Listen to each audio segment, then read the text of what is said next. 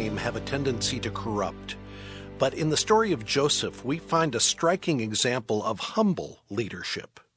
Today on Truth for Life, Alistair Begg explains how each of us can honor God in positions of authority, whether you're a corporate executive or a stay-at-home mom. Alistair titled this message, In Charge, in Touch.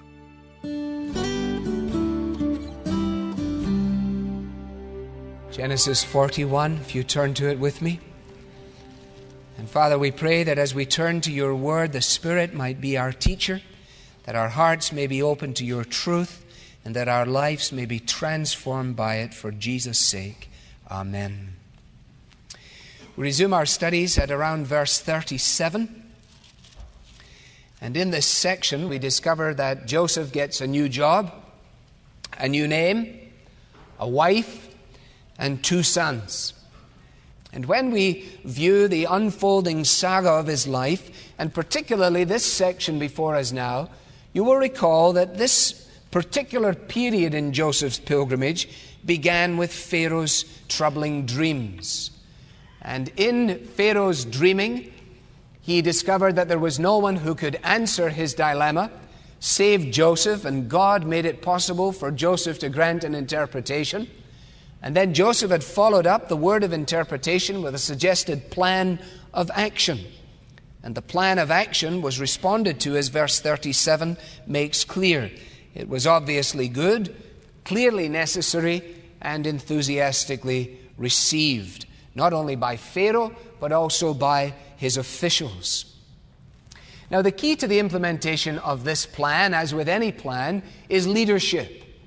And as you read those verses, 37 through 40, you gain the picture of Pharaoh and his officials in conference with one another, as Pharaoh makes clear to them the discovery of his dream, and then as they discuss what has been suggested by Joseph.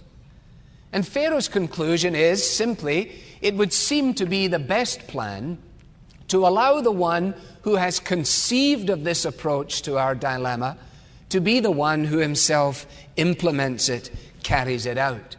And so in verses 39 and 40, Pharaoh informs Joseph of this new position that he is creating. Apparently, the leadership structure in this nation is to be altered.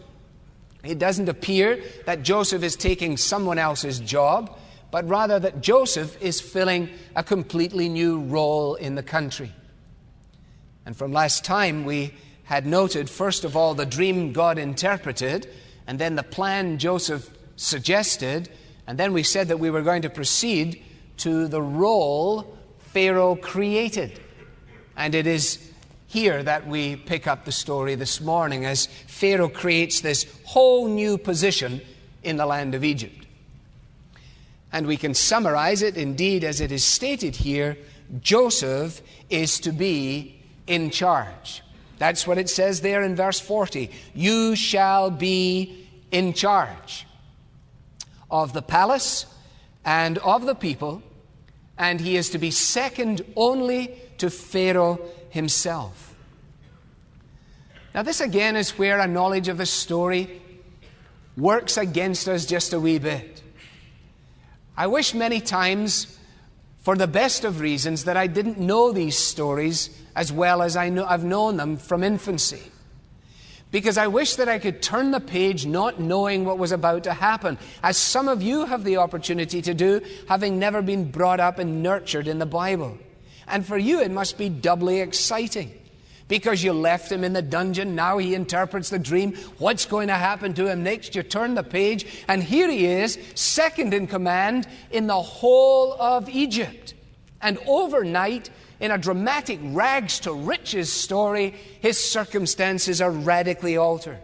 He has lived the last 13 years of his life at the beck and call of his masters. And overnight, he becomes the supreme authority under Pharaoh in the greatest nation on the face of God's earth. What an amazing story. You wake up every morning and you say, well, I wonder what today will be like.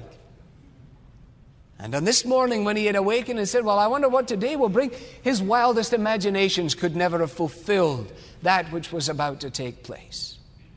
So he's in charge. He gets a new job. Notice a number of the perks of the job. First of all, the job came with clout, if we might use the vernacular. It came with clout. That's the significance of the signet ring in verse 42. Pharaoh took his signet ring from his finger and put it on Joseph's finger. He didn't go and get another signet ring made for him. He didn't get a kind of second-in-command signet ring. He actually said, here, you're going to need this. He took it from his own finger, the supreme symbol of his authority, and he takes Joseph and he says, now I want you to wear this and I want you to use it. The word signet ring or a signet ring emerges from the Hebrew verb which means to sink in. And that's what you're supposed to do with a signet ring. It is to be sunk in either wax or in clay, and the symbol which is left there is symbolic of the authority which stands behind the ring. And all of a sudden, Joseph, who had been a nonentity in the nation, who had had absolutely no influence whatsoever, save within the sphere of his own limited circumstances, is now able to go anywhere he wants, anytime he wants, and essentially do anything he wants under Pharaoh. It's not even like a MasterCard with unlimited, finances behind it. It is far more than that. Joseph, in contemporary terms, would have had the ability to close down Cleveland Hopkins Airport at a moment's notice, because he wanted to fly out of it at 3 o'clock in the afternoon and he didn't want any fuss and bother. He would have been able, with a telephone call, to have marshaled troops to be placed on a certain border. He would have been able to close doors and open doors and make decisions that were national in their impact. And all on the strength of the fact that he had been raised to this position of unique influence and he had been given clout. Verse 44 is somewhat metaphorical, and yet it is striking in its impact. Pharaoh said to Joseph, I am Pharaoh. Didn't want him to forget that, but he says, without your word, no one will lift hand or foot in all Egypt. In other words, no one can stand up or sit down without your say-so. That, I suggest to you, is clout. And God had purposed he should have it. So the job came with clout. The job also came, as you will note, with a clothing allowance, as verse 42 makes clear. Not only did he get a ring, but he got clothes. He didn't get a uniform. He was dressed in robes of fine linen, and he had a gold chain around his neck. It had probably been a long time since Joseph got dressed in the morning and said to himself, this feels pretty nice. In fact, probably 13 years since he would have said he had a decent outfit. The last one he'd had got horribly torn up. His dad had given him it, the multicolored coat. It had caused an awful fuss and bother. He could never ever forget that. Indeed, probably the change in circumstances as he began to put on these fine clothes and the gold chains and everything must have sent tremors through his body as he realized the impact of what had happened the last time he had been dressed so nicely. And so he is able to walk down Rodeo Drive and go in those stores that have no price tags on the clothing and choose anything that he wishes from the racks, and have some of his servants just hold out their arms and pick it up and carry it out with them, so that his clothing may be commensurate with his new status. And the job came with a car, actually a chariot. He got a chariot. Now, this wouldn't have been one of your run-of-the-mill chariots. This would be a special chariot. This was chariot 2 in the land of Egypt. If you have seen the Queen in one of her Rolls Royces, or in one of those phenomenal chariots that go back some couple of hundred years, you would recognize that that says something when you write around in that thing. And if you get to write around in the second one, people are going to stop and pay attention. So from the chains of the dungeon now to this most dignified of transport, and all on account of God's eternal providential plan at just the right time. I took my wife and I took our girls to see Jane Eyre on Friday evening for the second time in the space of a week. And if you know the story of Jane Eyre, you would have loved seeing it on film. Because, as you know, she was orphaned, brought up in total poverty and in obscurity. And it is a dramatic event in her life when, in her later years, she discovers that she had an uncle that she never knew, who had died in Madeira and left to her a vast fortune.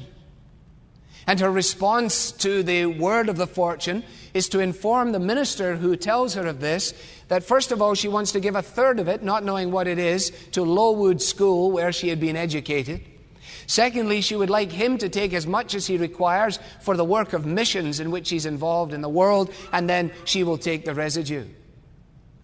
And as the film unfolds, there is no immediate indication of this dramatic change in her circumstances, save when she returns to the big home where she had been the governess.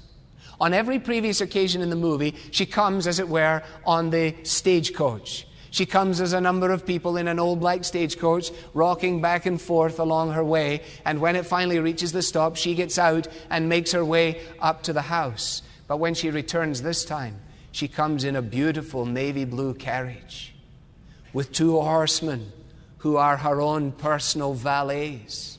She rides alone, and she rides right up to the place of entry. Why?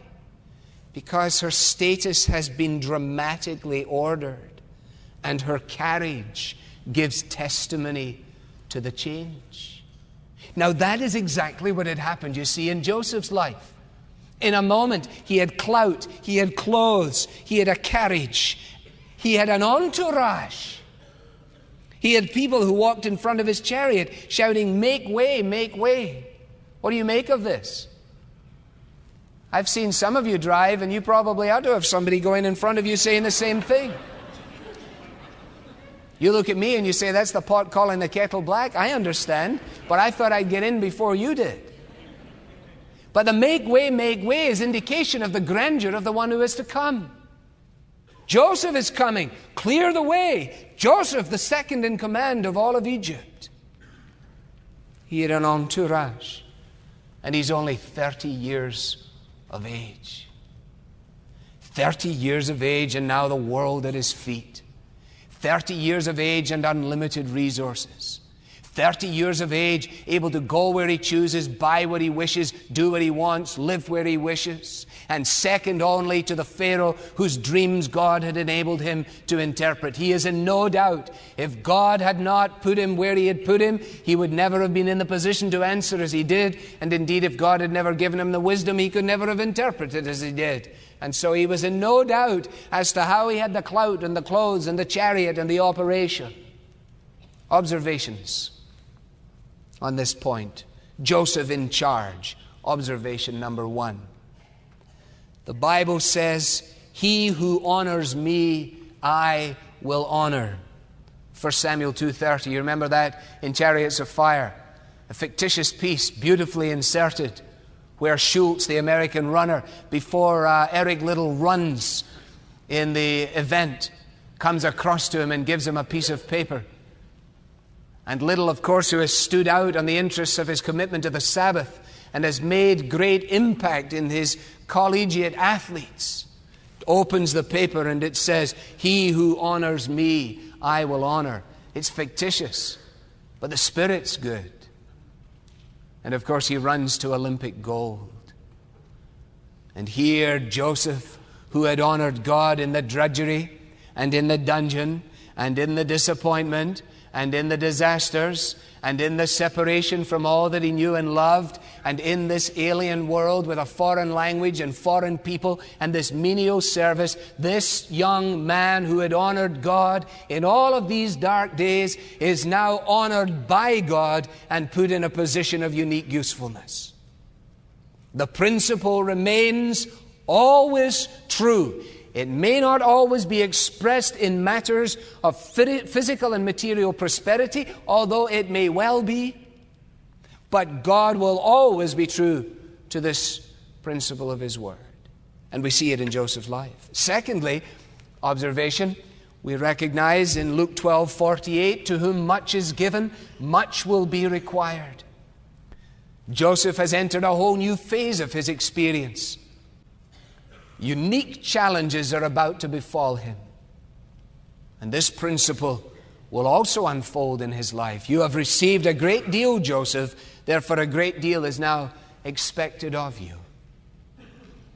It is the responsibility, loved ones, of our lives as individuals and families and fellowships, and certainly as a church, to whom much has been given, much will be required.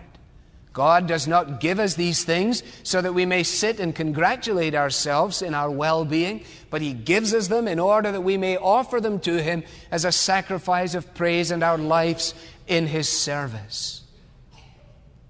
The third observation is this. It is one thing for Joseph to be able to handle the pit, but is he going to be able to handle the pinnacle? We know that he can live in subservience and in the menial responsibilities that have been his. But can he live in this position of great authority? Can you? Can you rise to a pinnacle without diminishing in your usefulness? Can I? It is one thing to live down here with an awareness of our dependence upon God. It is another thing to be exalted to a position of influence. And how dangerous for an individual to live there, lest, like Uzziah, who was gloriously helped until he became strong, we, like him, then become proud to our own destruction. Many a man or a girl who has done well in the menial has floundered in the realm of success. Fourth observation is this. It is one thing to be able to enter in to Joseph's disasters and his discouragements. It's quite another thing for us to be able to share his joy and his prosperity. In fact, the principle is generally true. Most, if not all of us, have some spirit of empathy in us for those who are going through difficult days. Should we not write a card? Should we not send a flower? Make a call? Ring on the phone? After all, our dear friends are in the dungeon. Our dear friends are in difficulty. Our dear friends are here. And that is right, for the Bible says we should weep with those who weep. But it also says we're supposed to rejoice with those who rejoice. Do you find it as easy to send the cards of encouragement when a friend or a neighbor, a brother or a sister, a colleague who has been living at this level is overnight at this level in material terms? Who, as a result of God's providence in relationship to their business dealings or their family inheritance or whatever it might be, their status is obviously altered and dramatically so, and never to be the same again. Can we rejoice in that with a heart of untainted jealousy? Do the notes and the calls and the cards come as quickly for that? I suggest to you that many of us who can write the notes to the dungeon dweller find it far harder to write the notes to those who are on the pinnacle. Says Chuck Swindoll of this, even when we've no reason to doubt the source of someone's wealth, we often gravitate towards being critical rather than supportive. Oh, there must have been something funny there, you know. Well, with Joseph in the dungeon, and now with Joseph on the heights. Having noted then some of the perks of his being in charge, we need to ask the question what it was that made Joseph the obvious choice for this position. And I'd like to answer that with another two-word phrase, which essentially provides for me the two building blocks of part one of this message today. And the second phrase is in touch. In touch. Joseph was put in charge because Joseph was in touch. Now, the in touch was not in touch in terms of his ability to move and shake and manipulate. There is little evidence of that in Joseph's life. The closest he comes to it is when in a previous time he asked the cupbearer to see what he can do about getting him out of the jail. That, I think, is more simply the taking of initiative than it is any desire to manipulate the circumstances. No, the significance in Joseph's life is not that he's in touch with the people who can make a difference, but that he is in touch with God. He is living in touch with God. He has a God-centered life, a God-centered focus, and God is working in him and through him. And Pharaoh himself picks this up. The degree to which he is able to grasp what he is even saying is unclear. But in verse 38, he says to his officials, "Can we find anyone like this man? One in whom is the Spirit of God, or the Spirit of the gods." In other words, what he's saying is there is a dimension to Joseph which may only be explained in terms which are other than human. Pharaoh looks at this young man, looks at the events that have brought him to this day, listens to his word of interpretation, marvels at the wisdom of the plan that he suggests, and says to himself, "Surely the Spirit of God is in this guy." Describing the traits of biblical leadership, you're listening to Alistair Begg on Truth for Life. Maybe like Joseph, you've been put in a position of authority, whether it's over a company or a ministry or over your children at home. God puts us in these positions so we can glorify Him and encourage those we're leading, but we can't do that well unless we're first learning and growing in God's Word. That's why here at Truth for Life, we're committed to delivering Christ-focused, expository Bible teaching every day. Our prayer is that as you listen, you'll hear, as Alistair likes to say, not the voice of a mere man, but the voice of the living God. We hope you've experienced that and been encouraged by these messages.